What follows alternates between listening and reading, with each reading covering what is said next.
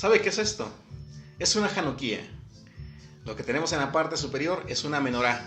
La Hanukkía tiene 9 brazos, la menorá tiene 7 brazos. A esta Hanukkía sí se le encienden velas, a la menorá que vemos en la parte inferior no, porque es solamente simbólica. ¿Por qué es importante conocer esto? Porque en un par de días, aquí en Occidente corresponde al mes de diciembre, vamos a tener una maravillosa festividad, la festividad de Hanukkah, donde seguramente nosotros recordaremos un evento milagroso. Pero ¿qué le parece si nosotros vamos un poco más atrás en la historia y profundizamos un poco sobre este evento? Esto es muy importante porque vamos a poder conocer nuestra historia, por qué razón hoy hay conflictos en algunas partes del mundo y qué es lo que ha estado ocurriendo desde hace ya casi 2200 años. Bien, para ello pues vamos a viajar al año 165 antes de nuestra era, cuando Antíoco Epífanes era rey precisamente de un territorio denominado Siria, territorio que le había sido asignado por Alejandro después de todas sus conquistas y su establecimiento de gobernatura helenística. Bien, en ese tiempo recordemos que Antíoco había tratado de imponer la adoración de dioses paganos al pueblo de Israel.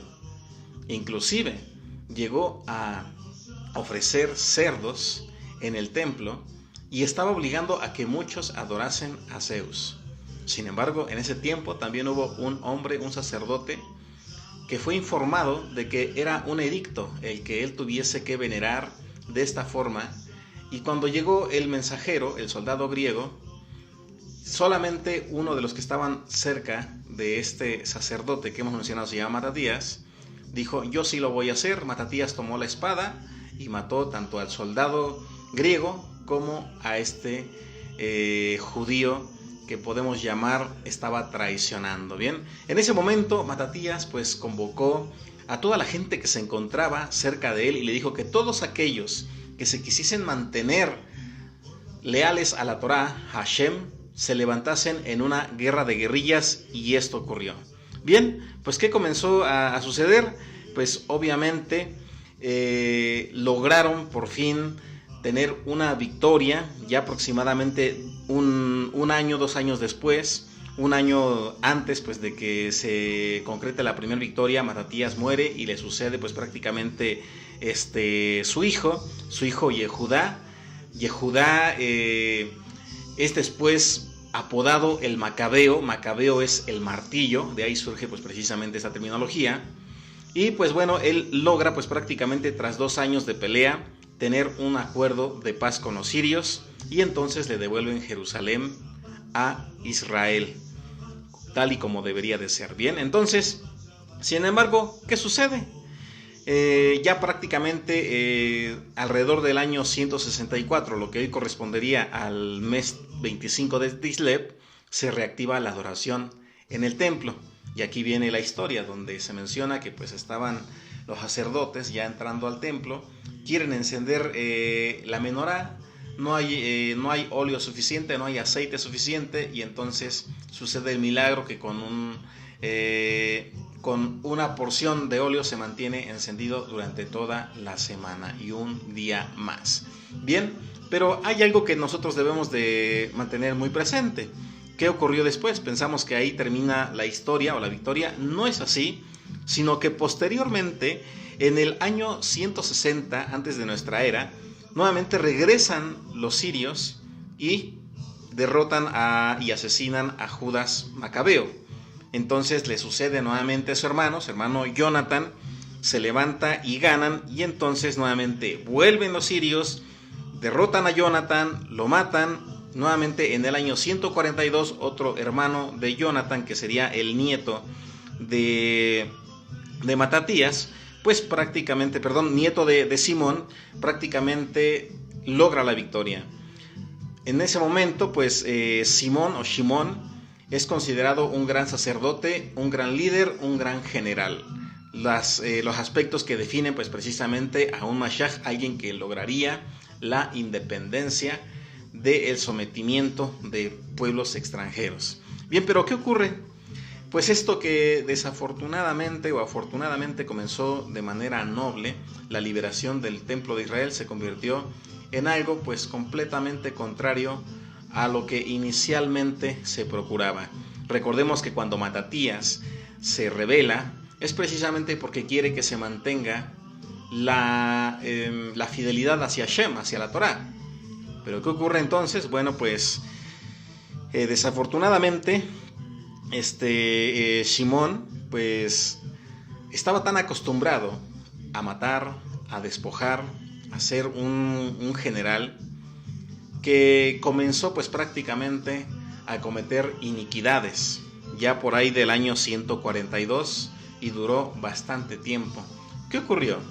Bueno, pues prácticamente pues ya es entregado el templo de Jerusalén, y entonces pues llegan prácticamente los sacerdotes y le dicen que es necesario buscar al linaje de David para que siga con toda esta tradición que Hashem pues había prometido a través de la profecía.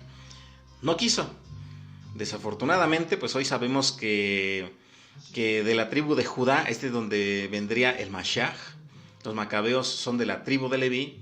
Y pues ¿qué hicieron? Bueno, en ese momento entonces Shimón, de manera contraria a lo que enseña la Torá, comenzó a matar a 800 sacerdotes, pero su crueldad era tan grande que antes de matar a estos sacerdotes, primero reunía a sus esposas y a los hijos de ellos y los asesinaba, obligándolos a que vieran. Imagínense el tremendo dolor que en ese momento sufrieron los sacerdotes. Bien, esto es algo que nosotros encontramos prácticamente desde casi 100 años antes de la era común y que se mantiene todavía después de un siglo después de nuestra era, casi un siglo antes de la destrucción del Sagrado Templo. ¿Qué ocurre? Bueno, pues prácticamente los sacerdotes, denominados fariseos en ese momento, deciden huir. Deciden ya no seguir participando ni seguir insistiendo en que lo correcto es que el linaje de Judá sea quien esté participando en el Sagrado Templo. Entonces, ¿qué sucede? Mejor ellos huyen al desierto, huyen a Qumran. Por eso se encuentran ahí diferentes textos Sefer del Tanaj, de la Torá, Sefer Yashar, del Zohar, dentro de muchos otros textos. ¿Por qué razón? Porque el linaje sacerdotal verdadero fue expulsado. E inclusive podemos decir que en aquel momento, aquel famoso rabino, Yeshua o Jesús como muchos lo conocen, se enfrentó con aquellos que en ese momento fueron llamados como los saduceos. Recordemos nosotros que de los macabeos pues bien derivan prácticamente los saduceos, y que inclusive están considerados en partes breves en el Talmud como la parte más corrupta que existió en ese momento. Es decir, eran sacerdotes, los de la tribu de Leví, los macabeos, es cierto, pero fueron sacerdotes corruptos que siguieron existiendo hasta la destrucción del segundo templo, desafortunadamente. Entonces nosotros podemos entender qué ocurría en la historia en ese momento. ¿Quiénes eran los sacerdotes que en ese momento se encontraban ahí presentes? Eran usurpadores. Y de ahí surge precisamente la gran decisión que hoy en día nosotros tenemos por todo el mundo. Muchas veces se preguntan cuál es la disensión que existe entre el sionismo y el judaísmo, y lo hemos mencionado en videos anteriores que no es lo mismo. ¿Por qué razón? Porque el judaísmo ama al prójimo, el judaísmo ama al cristiano, ama al musulmán, ama al ateo, ama a todo mundo. El sionista no, el sionista únicamente lo que pretende es ocupar desafortunadamente títulos sacerdotales que no les corresponden, y que desde que se entregó el templo de Jerusalén, una vez que los macabeos a través de Shimón se da en el tema del templo, pues comienza toda esta tergiversación. Entonces, muy importante que nosotros recordemos que todo esto ocurrió precisamente en la festividad de Hanukkah, y por eso podemos encontrar en la actualidad muchos grupos que desafortunadamente tratan de escudarse en el nombre de Hashem, en el nombre de Eretz Israel, para generar matanzas. Esto es muy triste, pero por eso es muy importante que desde estos tiempos, desde estos centros de enseñanza, desde la Kabbalah, desde el judaísmo, podamos nosotros quitar la venda a los ojos, debido a que pues hay algo que sucede también en todas las naciones. Al igual que Israel, mucha gente no conoce la historia ni los orígenes ni la independencia que se va logrando, o las guerras que tienen que ir librando para poder tener esta libertad. Bien, pero bueno, pues aquí nosotros resaltamos prácticamente lo más hermoso, que es el milagro que Hashem entregó cuando pues Matatías, aquel judío, aquel personaje realmente celoso de la Torá de Hashem, pues buscó y anheló mantenerse fiel junto con otro grupo de judíos. Algo que empezó de manera muy noble, terminó de manera muy ruin. Y bueno, pues nosotros tenemos que celebrar, tenemos que recordar que hubo un grupo de personas que de manera amorosa defendieron Eretz Israel, se mantuvieron fieles a Hashem, pero que sobre todo nos permite a nosotros conocer de qué forma ocurrieron las cosas. Este es una breve introducción que vamos a ir desarrollando a lo largo de esta festividad. Vamos a tener una clase para que usted sepa cómo va a encender sus velas, cómo va a utilizar el dreidel, que es la pirinola que tiene 4 letras hebreas, qué son los buñuelos muy ricos, por qué razón le compartimos dinero a los niños, por qué queremos que sean felices, y bueno, pues por qué razón hacemos todo esto. Sabemos que hay diferentes tradiciones, usted sabe, somos una comunidad judía sefardí, nosotros encendemos solamente una Hanukkía, y que obviamente si usted no tiene Hanukkía en su casa, porque muchas veces es difícil de conseguir, en algunas ocasiones es algo elevado de precio, pero le vamos a enseñar en la próxima clase cómo usted va a poderlo encender. Le vamos a estar compartiendo por ahí la información para que también no solamente sepa cómo prepararse, sino que podamos hacerlo de manera online, y también esperemos en Hashem que lo podamos hacer de manera presencial para regocijarnos todos juntos, debido a que Hashem sigue haciendo milagros. Es un tiempo de milagros, es un tiempo en el que nosotros podemos ver de qué forma Akadosh Baruj Hu disipa a nuestros enemigos, los aleja completamente y Él responde.